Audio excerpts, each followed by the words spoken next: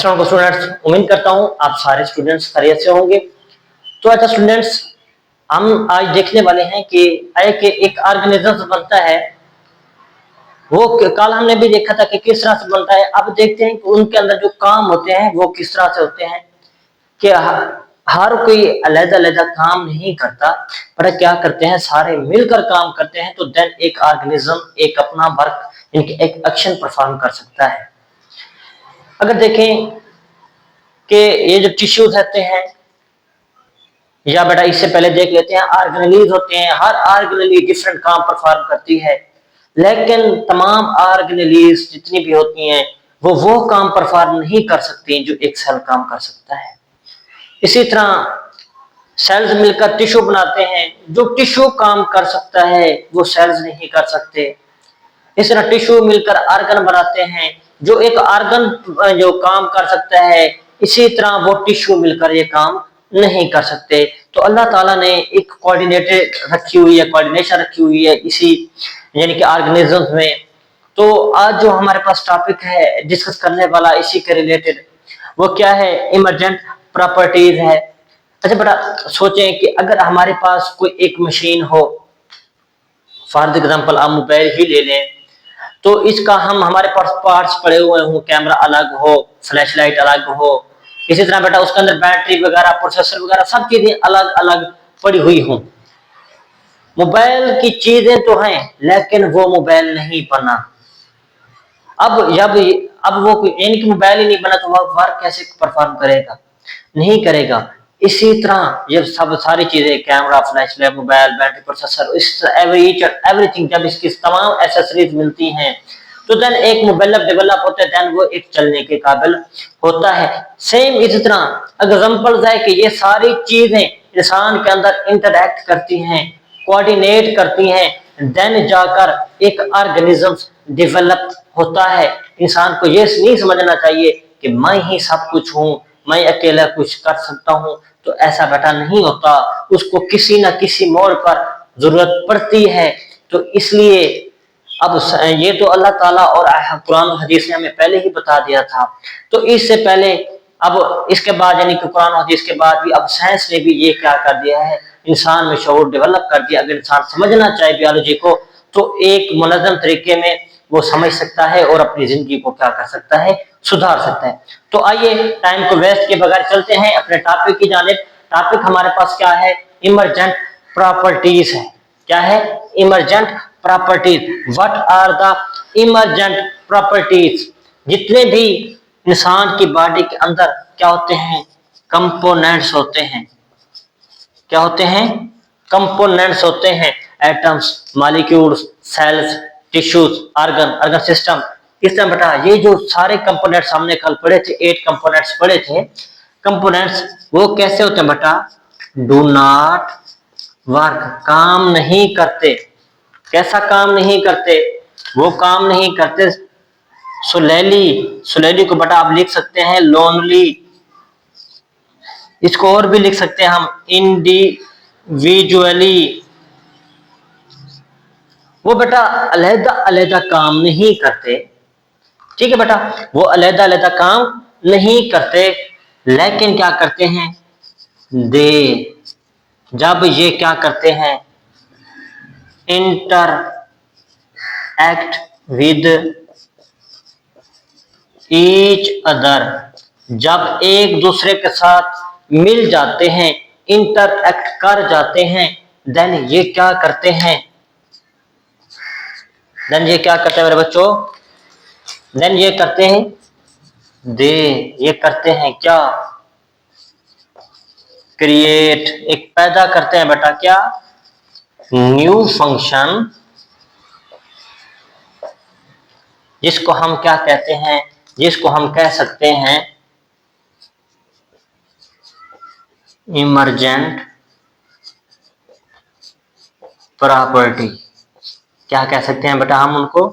Emergent properties का नाम उनको दे सकते हैं। यहां तक बेटा डेफिनेशन क्लियर होगी। What are the emergent properties के जो कंपोनेंट्स होते हैं वो बेटा क्या क्या काम करते हैं? अलग अलग काम नहीं करते। मतलब कि स्लोली लोनली सोलेली लोनली या इंडिविजुअली अलग अलग काम नहीं करते, बल्कि वो क्या करते, जैसे ही मिलते हैं, मिलने के बाद वो एक न्यू न्यू बटा कम्बिनेशन देते हैं। जैसे कि मैंने मोबाइल के एग्जांपल दी, अब कैमरा एक्सेसरीज पड़े हुए हैं, सारी चीजें इसकी अलग अलग पड़ी हुई हैं, मोबाइल वो कहलाने के हकदार नहीं है, अभी वो मोबाइल नहीं बना। जब ये सारी चीजें मिलेंगी तो देन हमारे पास एक न्यू चीज आएगी, न्यू चीज वकूफ पजीर होगी, जिसको क्या नाम देते थे, मोबाइल का नाम देते थे। इसी तरह बेटा जब सेल से तो वो टिश्यू नहीं बना सकते थे, टिश्यू थे तो वो ऑर्गन नहीं बना सकते थे। इसी तरह ये सब चीजें मिली तो एक ऑर्गेनिज्म डेवलप हो गया। ये बात यहां तक क्लियर हो गई। सेम इसी तरह बेटा कि अभी वो मैंने जो बात की, कौन सी बात की बेटा मैंने, कि ये जो हमारे पास क्या होते हैं बेटा क्या होते हैं कंपोनेंट्स ऑफ हायर लेवल, जितने भी हायर लेवल के कंपोनेंट्स होते हैं, जैसे कि आर्गन सिस्टम होता है, ठीक है बेटा, वो क्या करता है, perform that function which are not done by the lower level components। अब बेटा जो एक आपने ऑर्गन सिस्टम पढ़ा था, अब जो ऑर्गन सिस्टम वर्क परफॉर्म कर रहा है वो लोअर लेवल, जैसा कि ऑर्गन जो ऑर्गन से मिलकर बना हुआ तो वो परफॉर्म नहीं कर रहे। अब जिस तरह ऑर्गन काम कर रहा है, ऑर्गन किससे मिलकर बना हुआ है, टिश्यू से मिलकर बना हुआ है, तो अब जो ऑर्गन काम परफॉर्म कर रहा है वो टिश्यू काम नहीं परफॉर्म कर रहे। इसी तरह बेटा जो टिश्यू काम परफॉर्म कर रहे हैं वो पीछे से सेल काम नहीं परफॉर्म कर रहा, जो सेल काम कर रहा है, इसी तरह वो ऑर्गेनेलिज मिलकर भी नहीं कर सकते। समझ आ गई बेटा। अब ऑर्गेनेल है, हर ऑर्गेनेल का डिफरेंट फंक्शन है, वो अलग अलग बेशक फंक्शन परफॉर्म करें, लेकिन वो फंक्शन परफॉर्म नहीं कर सकते जो मिलकर एक सेल बनाते हैं, और जो सेल परफॉर्म करता है वो काम हरगिज भी नहीं कर सकते। तो आइए इसको मजीद एग्जांपल के साथ लेके चलते हैं। फर्स्ट एग्जांपल हमारे पास आ जाती है फ्रॉम ऑर्गेनेल टू सेल। तो क्या आ जाती है बेटा, फ्रॉम ऑर्गेनेल टू सेल। पहली एग्जांपल फ्रॉम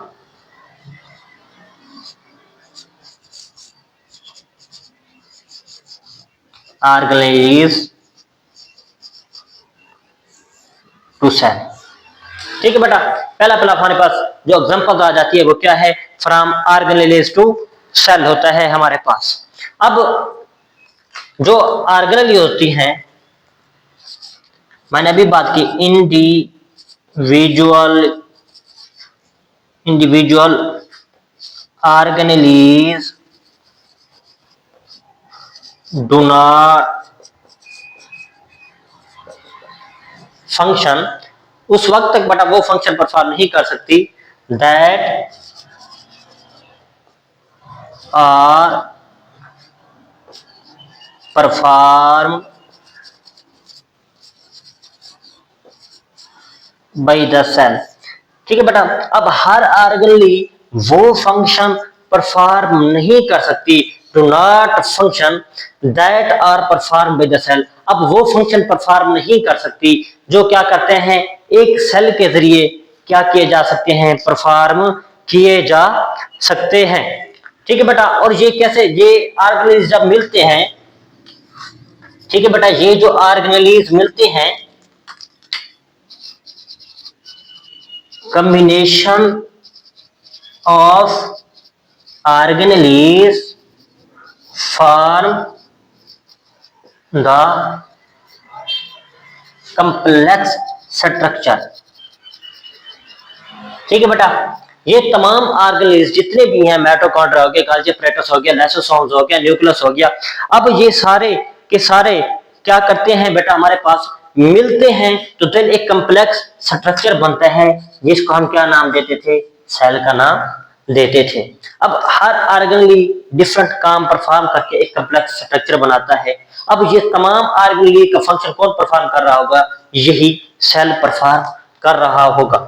ठीक है बेटा, अब सेल कौन सा वर्क परफॉर्म करेगा, ईच सेल या सारे सेल बेटा क्या करता है, ये जो सेल इन्होंने बनाया वो क्या करता है, प्रोटीन सिंथेसिस भी करवा रहा होता है। इसी तरह बेटा हमारे पास एनर्जी प्रोडक्शन भी कर रहा होता है। ठीक है मेरे बच्चों, उसके बाद हमारे पास वो क्या कर रहा होता है, एनर्जी प्रोडक्शन के साथ साथ वो हेरिडिटी को भी कंट्रोल कर रहा होता है। ठीक है बेटा, ईटीसी। इसी तरह अदर फंक्शन भी वो परफॉर्म कर रहा होता है जो एक बेटा हमारे पास ऑर्गेनली परफॉर्म नहीं कर सकती। फॉर एग्जांपल हमें हमारी किसी बॉडी को, यानी कि हमारे बॉडी के किसी चीज सेल को या बॉडी के अंदर किसी पार्ट्स को एक एनर्जी की जरूरत है, तो वो तमाम ऑर्गेनली मिलकर उस एनर्जी को पूरा नहीं कर सकती जो एक सेल कर सकता है। फिर सेल क्या करता है, सेल अपने अंदर, उसके अंदर ऑर्गेनेलीज होते हैं, वो एक प्रोसेस के जरिए उन्हीं से क्या करता है, एनर्जी की प्रोडक्शन करवाता है। अगर हमारे बॉडी को प्रोटीन की जरूरत होती है तो वो प्रोटीन की फॉर्मेशन करवा लेता है राइबोसोम वगैरह से। तो इसी तरह सेल एक जो वर्क परफॉर्म करता है वो मिलकर दूसरे ऑर्गेनेलीज भी नहीं कर सकते। यहां तक बेटा क्लियर हो गया। अब बेटा यहां पर एक अरिस्टोटल ने बात की थी, किसने, अरिस्टोटल ने बात की थी, क्या बात की थी, अरिस्टोटले, अरिस्टोटल ने एक बात की थी, क्या बात की थी, उसने कहा था the whole is greater than all its components, या बेटा ऑल इट्स पार्ट। ये बेटा हमारे पास क्या आ जाती है, एमसीक्यूज पूछी जा सकती है। ये बेटा लिख के दिया गया होगा। उसके बाद वो क्या कहेंगे कि ये किसने कहा, अरिस्टोटले, एक बड़ा ग्रीक फिलोसोफर था। तो उसने क्या कहा था कि ये जो इंसान बनता है, फॉर एग्जाम्पल सेल की बात कर लेते हैं, अभी बेसिक लेवल पे हैं हम, सेल की बात करते हैं। वो कहता है कि हो ये सेल इज ग्रेटर, बड़ा होता है, देन ऑल इट्स कंपोनेंट, जो बेटा तमाम ऑर्गेनिज्म मिलकर सेल बनाते हैं। इस तरह अब ये समझने के बगैर ही बात हम समझ लेते हैं कि ये जो सेल बना है डिफरेंट ऑर्गेनेल से मिलकर बना हुआ होता है, लिहाजा ये क्या होता है, इन सबसे बड़ा होता है, फंक्शन के लिहाज से भी और साइज के लिहाज से भी बड़ा होता है। ये बात क्लियर होगी। उसके बाद बात करते हैं हम आगे दूसरे एग्जांपल्स की। दूसरे एग्जांपल हमारे पास क्या है, from cell to tissue, from cell to tissue. अब बेटा जो वर्क टिश्यू परफॉर्म करेगा वो सेल परफॉर्म नहीं कर सकता। तो आइए लिखते हैं बेटा कि individual cells do not work that are done by the tissues। अब बेटा जो वर्क टिश्यू के जरिए परफॉर्म किया जाता है वो अब सेल के जरिए हरगिज़ वो परफॉर्म नहीं किया जाएगा। वो अब क्या किया जाएगा, सेल के जरिए बिल्कुल भी परफॉर्म नहीं किया जाएगा। ठीक है बेटा, अब इस तरह हम देखते हैं कि अब इसको मजीद थोड़ी सी फॉर एग्जाम्पल इसकी करके देख लेते हैं, थोड़े से मजीद इसको सब एग्जाम्पल में देखते हैं कि ये जो हमारे पास मसल सेल्स होते हैं, क्या होते हैं, मसल सेल्स होते हैं, ये मिलकर क्या करते हैं, मसल सेल्स कंबाइन, मिलते हैं, बहुत सारे मसल सेल्स मिलेंगे, कंबाइन टू क्या करते हैं बेटा, फॉर्म कर देते हैं। क्या फॉर्म कर देते हैं बेटा, मसल टिश्यू। क्या बनाते हैं बेटा, मसल टिश्यू बनाते हैं। अब मसल टिश्यू क्या करते हैं आगे, अब मसल सेल तो थोड़ा बहुत काम करते थे, लेकिन अब मसल टिश्यू मजीद वर्क परफॉर्म करेंगे, अच्छा वर्क परफॉर्म करेंगे। जैसा कि बेटा वो किस में, हमारी मूवमेंट में हेल्प करवाते हैं। इसी तरह बेटा हमारी बेटा मसल की कंट्रैक्शन और रिलैक्सेशन में हेल्प करते हैं। अब ये वर्क मसल से थोड़ा बहुत काम करेंगे तो करेंगे, लेकिन आगे जाकर ये जो टिश्यू होते हैं वो इसको मजीद वर्क तो अच्छे तरीके से क्या करते हैं बेटा, परफॉर्म करते हैं। क्या करते हैं बेटा, मूवमेंट करवाते हैं, कंट्रैक्शन करवाते हैं, और ये तो सेल भी करते थे, लेकिन ये आगे क्या करवाते हैं, जनरेट फोर्स करवाते हैं, ताकि पर्सन हो, एनिमल कोई भी हो, वो क्या कर सके, चल सके। ठीक है बेटा, मैं यहाँ चल रहा हूँ, मेरे हाथ पांव क्या कर रहे हैं, मूव कर रहे हैं, मेरी मूवमेंट भी हो रही है, मेरी कंट्रैक्शन भी हो रही है, और ये जो मुझे अंदर फोर्स आ रही है चलने की, ये फोर्स कौन परफॉर्म कर रहा होता है, सेल्स तो थोड़ा बहुत, लेकिन ज्यादा कौन कर रहा होता है, टिश्यू परफॉर्म कर रहे होते हैं। क्लियर हो गया। थर्ड एग्जांपल आ जाती है हमारे पास, फ्रॉम टिश्यूज टू ऑर्गन। अब बेटा तमाम में ये बातें रिपीट होनी, कौन सी बातें बेटा रिपीट होनी, अब लिखो बेटा कि ये जो इंडिविजुअल होते हैं, इंडिविजुअल इंडिविजुअल बेटा यहाँ पर सेल्स लिखा था, यहाँ पर क्या है, पहले टिश्यूज है तो टिश्यूज लिखें, individual tissue do not work that are, जो किसके जरिए डन किया जाए, डन बाय द ऑर्गन्स। ठीक है बेटा, अब ये जो टिश्यू हैं, ये टिश्यू मिलकर भी वो वर्क परफॉर्म नहीं कर सकते जो हमारे पास एक ऑर्गन काम करता है। ठीक है बेटा, अब ये जो टिश्यूज होते हैं ये मिलकर क्या बनाते हैं, एक कम्प्लेक्स स्ट्रक्चर बनाते हैं। टिश्यूज क्या करते हैं, कंबाइन करते हैं, एंड और क्या करते हैं, फॉर दी क्या करते हैं बेटा, कम्प्लेक्स स्ट्रक्चर परफॉर्म करते हैं, फॉर्म बनाते हैं कम्प्लेक्स स्ट्रक्चर, जिसको हम क्या नाम देते थे, जिसको हम नाम देते थे ऑर्गन का। ठीक है बेटा, जिसे क्या कहते हैं, हम ऑर्गन का नाम देते हैं। अब बेटा फॉर एग्जाम्पल इसके मजीद थोड़ी सी एग्जाम्पल ले लेते हैं, इसको मजीद एक अच्छे तरीके से समझने की कोशिश करते हैं। फॉर एग्जाम्पल बेटा हार्ट को देख लेते हैं, एक दिल को देख लेते हैं, एक ऑर्गन है हार्ट। हार्ट हमारे पास डिफरेंट टिश्यू से मिलकर बना हुआ होता है। हार्ट के अंदर कौन कौन से टिश्यूज पाए जाते हैं, 3 तरह के टिश्यूज पाए जाते हैं।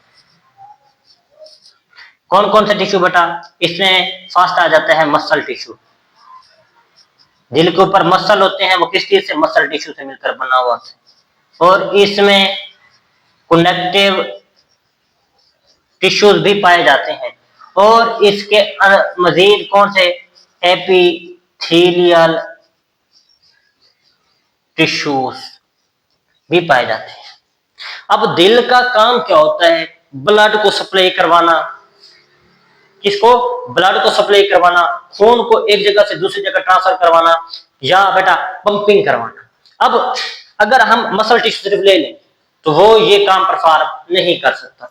अगर सिर्फ कनेक्टिव टिश्यू ले लें, जैसे उसने बोला था कि इंडिविजुअली, ठीक है बेटा, कंपोनेंट नॉट वर्क स्लोली या इंडिविजुअली, वो अलग वर्क परफॉर्म नहीं कर सकते। कनेक्टिव टिश्यू हो गया तो वो अपना अलग वर्क परफॉर्म नहीं कर सकते। अगर सिर्फ एपिथेलियल टिश्यू ले लिया जाए तो वो जिस तरह दिल पंप करता है, हार्ट पंप करता है, वो इस तरह वर्क परफॉर्म नहीं करवा सकता। ये तमाम टिश्यूज मिलेंगे, ये क्या करेंगे, तमाम के तमाम, ये बेटा तमाम के तमाम टिश्यूज मिलकर क्या कराते हैं, पंपिंग ऑफ ब्लड करवाते हैं, पंपिंग ऑफ हार्ट करवाते हैं, हार्ट की पंपिंग करवाते हैं। क्यों, तो ट्रांसफर, किसको ट्रांसफर किया जा सके, transfer the blood to body. ठीक है बेटा, अब ये तमाम टिश्यूज मिले हैं तो क्या बनी है, हार्ट का एक फंक्शन बना है। वो कौन सा फंक्शन है बेटा, पंपिंग ऑफ हार्ट है। अब पंपिंग ऑफ हार्ट, जैसे ही हार्ट पंप करता है तो ब्लड हमारे डिफरेंट बॉडी के पार्ट्स तक पहुंच जाता है।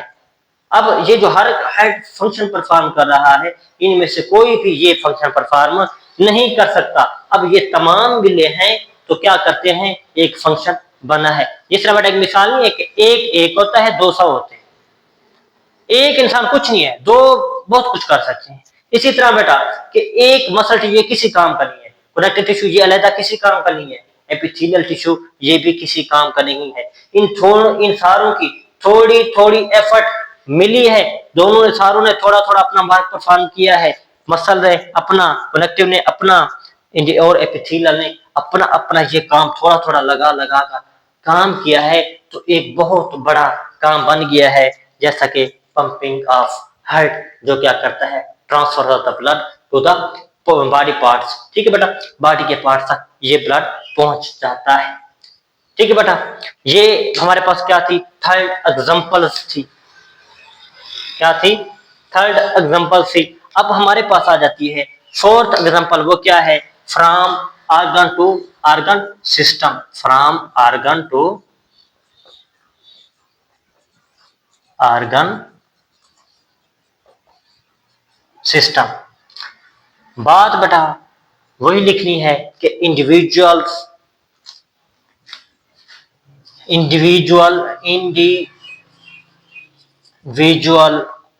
organ do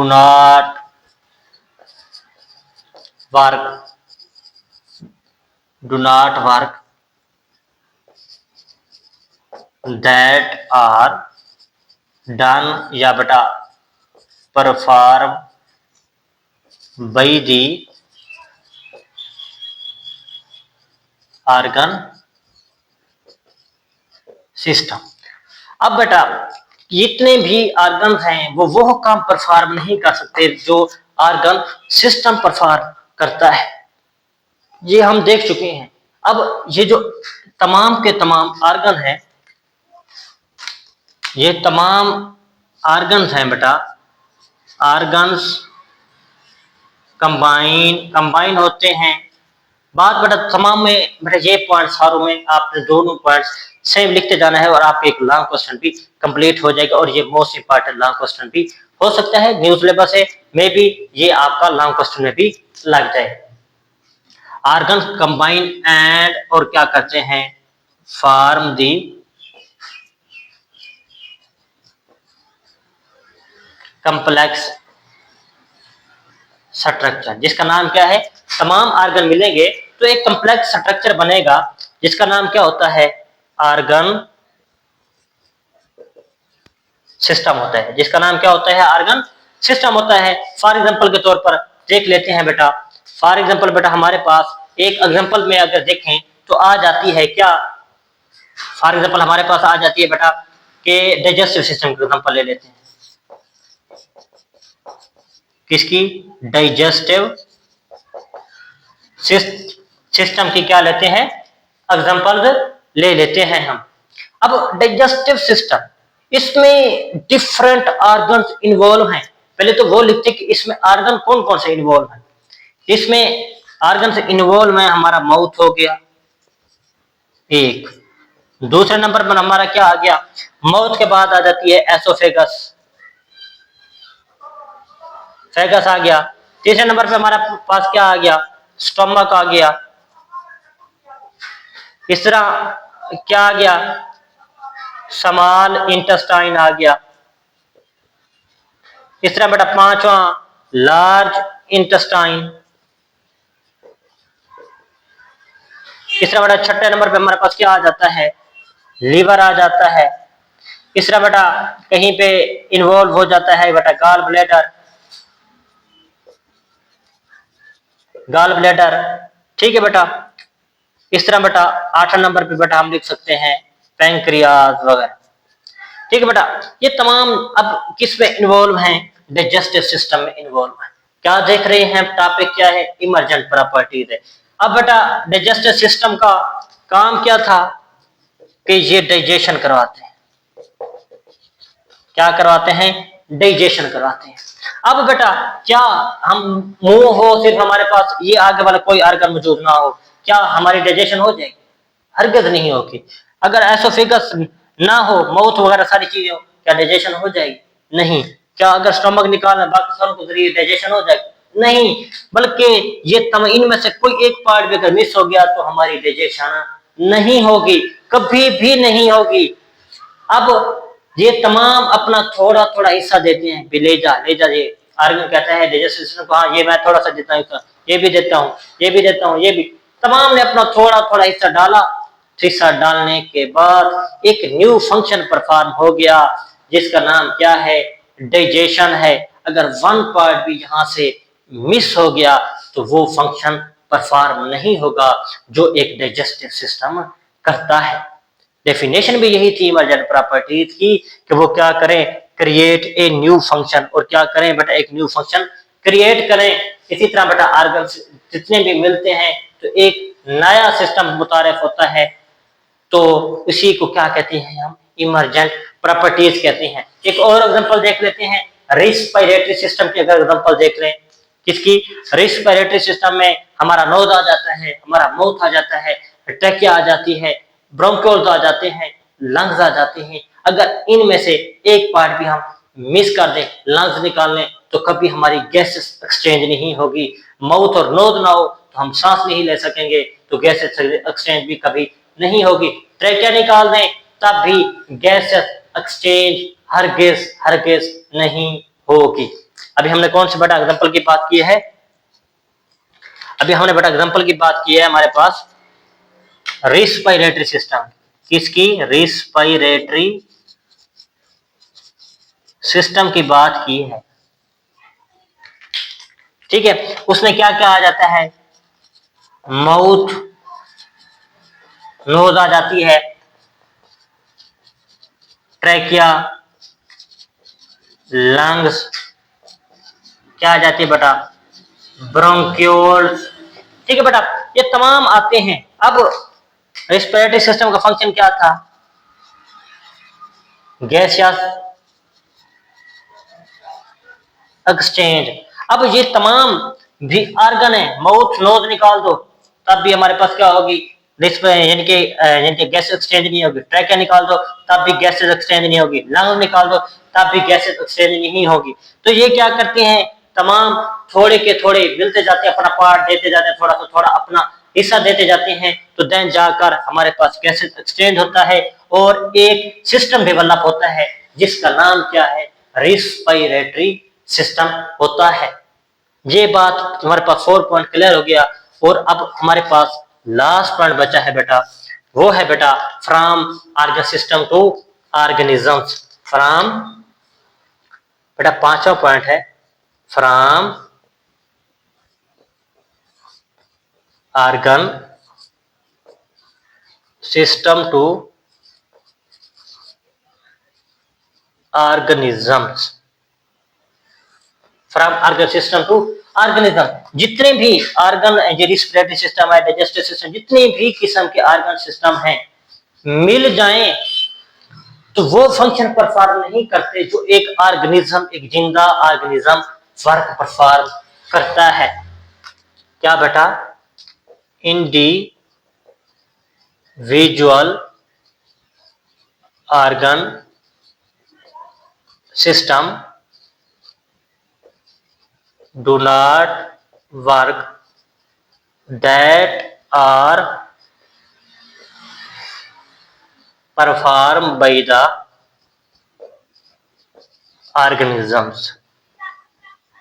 अब वो फंक्शन परफॉर्म, हर ऑर्गन वो फंक्शन, ऑर्गन सिस्टम वो फंक्शन परफॉर्म नहीं कर सकता जो कौन करता है? हमारे पास एक ऑर्गन सिस्टम परफॉर्म करता है हमारे पास। जैसा कि बेटा अब क्या करते हैं? डिफरेंट क्या मिलते हैं बेटा? ऑर्गन सिस्टम मिलते हैं and different organ system combine and, और क्या करता है बेटा? For the complex body which is called बेटा, जिसको हम क्या कहते हैं? जिसको हम कहते हैं ऑर्गेनिजम्स। जिसको क्या कहते हैं? एक जिंदा जानदार कहते हैं।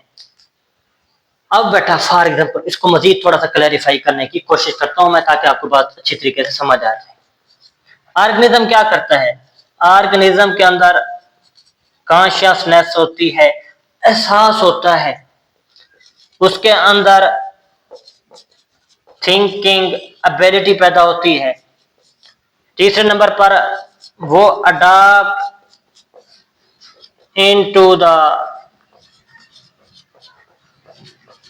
एनवायरनमेंट, वो इन्वायरमेंट के अंदर खुद को अडॉप्ट करने की कोशिश करता है, कर भी लेता है। अब बेटा इंसान जो बना है ये तमाम रेयर से होता हुआ यहां तक बना है ऑर्गेनिजम्स। हम इंसान बने हैं, अपनी बात करें तो इंसान बने।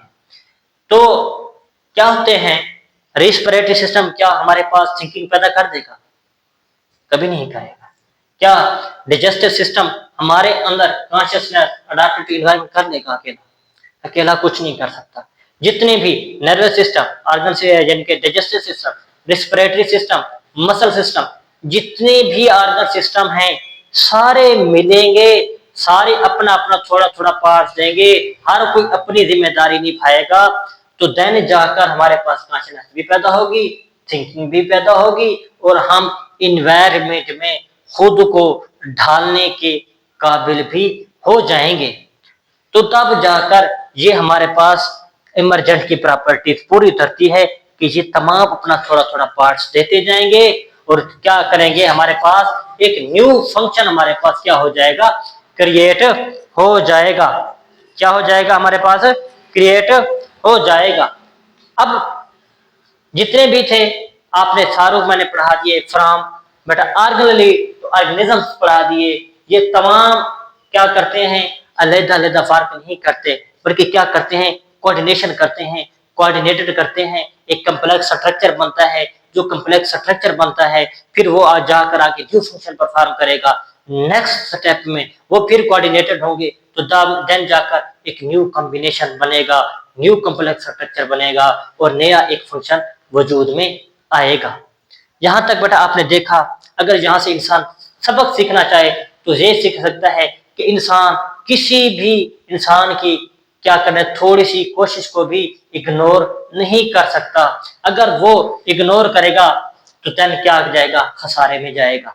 इसी तरह बेटा आपकी ये छोटी सी मेहनत और छोटी सी अगर सोच थिंकिंग हो तो छोटी छोटी सी काविश आपका एक फ्यूचर बना सकती है। अभी भी बच्चों आपके पास टाइम है कि आप अच्छे से स्टडी कर लो, बायोलॉजी को समझ लो, और सब्जेक्ट भी इंशाल्लाह जल्द ही अपलोड हो जाएंगे एक न्यू लेक्चर यानी कि एक न्यू चैनल पर।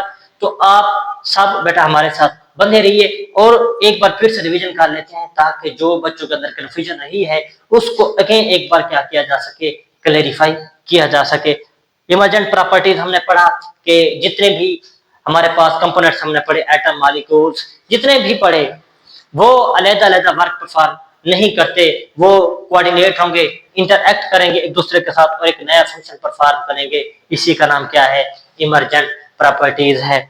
उसके बाद एग्जांपल में आ जाता है ऑर्गेनली टू सेल, जो ऑर्गेनली फंक्शन परफॉर्म करती हैं, चाहे जितने भी करती रहे, मिलकर करती रहे, नहीं कर सकती जो एक सेल कर सकता है।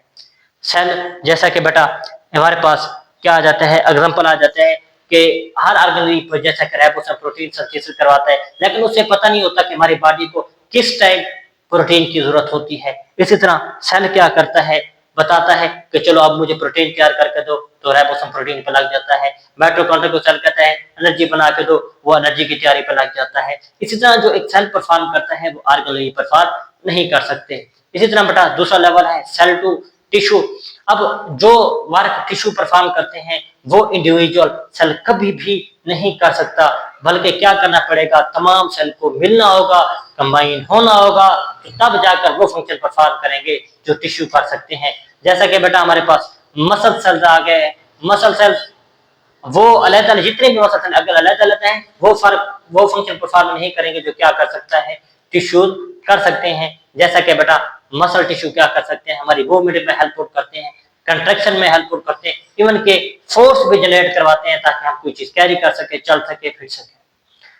और इसी तरह बेटा थर्ड स्टेप आ जाते हैं हमारे पास फ्रॉम टिश्यू टू आर्गन, अब जो एक आर्गन वर्क परफॉर्म करता है अलग-अलग, वो जितने भी टिश्यूज होंगे वो वर्क परफॉर्म नहीं कर सकते। तमाम टिश्यूज का कंबाइन होना, कोऑर्डिनेट होना लाजमी है, तब जाकर वो एक आर्गन वाला फंक्शन परफॉर्म करेंगे। जैसा कि हार्ट एक आर्गन होता है, उसके ऊपर अंदर कितने 3 किस्म के टिश्यू, कौन-कौन से, एपिथेलियल टिश्यू, तीसरा बेटा कनेक्टिव टिश्यू, मसल टिश्यू, ये तमाम अपना थोड़ा-थोड़ा बेटा पार्ट्स देंगे, अपना थोड़ी-थोड़ी ट्राई करेंगे, तो थोड़ी-थोड़ी अपनी काविश देंगे, तो देन जाकर एक हार्ट बनेगा और हार्ट अपना फंक्शन परफॉर्म करवाता है, which is pumping of heart है, जो क्या करते हैं, which transfer the blood to the body parts. हमारे पास फोर्थ स्टेप है from organ to organ system. जो आर्गन सिस्टम वर्क परफॉर्म करता है वो कभी भी एक आर्गन नहीं कर सकता। हमारे पास एग्जांपल्स में आ जाता है डाइजेस्टिव सिस्टम, वो डिफरेंट आर्गन से मिलकर बना हुआ होता है। अगर स्टमक निकाल दिया जाए तो डाइजेशन नहीं होगी, ये तमाम सिस्टम मिलेंगे तो डाइजेशन होगी। दूसरे एग्जांपल में हमने देखी रेस्पिरेटरी सिस्टम, अगर लंग्स वगैरह निकाल लिए जाए तो वो गैसेस एक्सचेंज वाला फंक्शन परफॉर्म कभी भी नहीं होगा। इसलिए तमाम आर्गन्स को क्या होगा, कंबाइन होना ही होगा, तब जाकर एक गैसेस एक्सचेंज वाला फंक्शन परफॉर्म होगा। इसी तरह 5 स्टेप आ जाते हैं हमारे पास from organ system to organism. जो एक ऑर्गेनिज्म वर्क परफॉर्म कर सकता है वो कभी भी एक अकेला ऑर्गन सिस्टम काम नहीं कर सकता, बल्कि हमें तमाम ऑर्गन सिस्टम को कंबाइन होना होगा, तब जाकर एक ऑर्गन सिस्टम यानी कि एक ऑर्गेनिज्म का फंक्शन परफॉर्म होता है, which is consciousness, thinking and adopt into the biology, adopt into the environment. ये था बेटा आज का लेक्चर हमारे पास इमर्जेंट प्रॉपर्टीज। ठीक है बेटा, और जिनको ये टॉपिक बायोलॉजी मुश्किल लगती है उन तक मेरी वीडियो कम से कम लाजमी शेयर किया करें, ताकि मेरा ये मकसद नहीं है कि मैं व्यूज और लाइक्स वगैरह ले लूं। तो बेटा मैं चाहता ये हूं कि आपके सिर्फ लाइक से मुझे मोटिवेशन मिलती है कि हाँ मेरे बच्चों को मेरी बात की समझ आ रही है और मैं बात को एक अच्छे वे में कन्वे कर पा रहा हूँ। तो अब बहुत से बच्चे ऐसे होते हैं जो देख के तो चले जाते हैं, लाइक्स और कमेंट्स वगैरह नहीं करते। हाँ, अगर आपको कोई भी क्वेश्चन हो तो आप हमसे कमेंट सेक्शन में जरूर पूछ सकते हैं। तो आपको हर क्वेश्चन का अगर आंसर ना मिले तो तब बताना, तब आप जब हम आपके लिए खड़े हुए हैं कि आपको हर क्वेश्चन का आंसर भी देंगे, आपकी हर कंफ्यूजन भी दूर करेंगे, तो देन आप कमेंट करना ही गवारा नहीं करते, आप सवाल करना ही गवारा नहीं करते। तो बेटा कुछ ना कुछ सोचिए, इसी तरह इमरजेंट प्रॉपर्टीज की तरह आप अपनी एक छोटी सी काविश लगाइए, ताकि आपकी काविश आपका फ्यूचर बना सके। और हर दिन इसी तरह बेटा सीखते रहिए, किसके साथ, BWS एकेडमी के साथ, और आपकी सोच बदलने में इंशाल्लाह हमारा रहेगा एक अहम किरदार। मिलते हैं एक नेक्स्ट वीडियो में और धमाकेदार वीडियो में, तब तक के लिए अपना ख्याल रखिए। अल्लाह हाफिज।